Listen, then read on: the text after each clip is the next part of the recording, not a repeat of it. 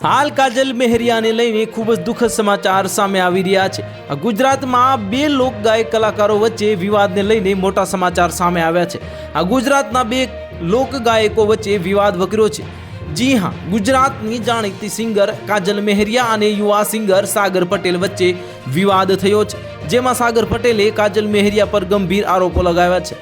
દ્વારકાના કાર્યક્રમમાં બનેલી એક ઘટનાને લઈને સાગર પટેલે કાજલ મેહરિયા પર ગંભીર આરોપો લગાવ્યા છે। સાગર પટેલના આરોપ છે કે કાજલ મેહરિયાએ મા ઉમિયા માતા પર અભદ્ર ટિપ્પણી કરી હતી, જેને લઈને હવે વિવાદ વકર્યો છે। કાજલ મેહરિયાએ મા ઉમિયા માતા પર અભદ્ર ટિપ્પણી કરી હતી।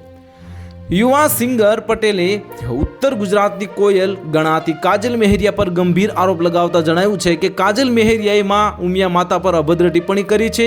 કાજલ મેહરિયાએ દ્વારકાના કાર્યક્રમમાં અભદ્ર ટિપ્પણી કરી છે અને કાજલ મેહરિયાએ મા ઉમિયા માતા પર અભદ્ર ટિપ્પણી કર્યાનો આરોપ લગાવ્યો છે।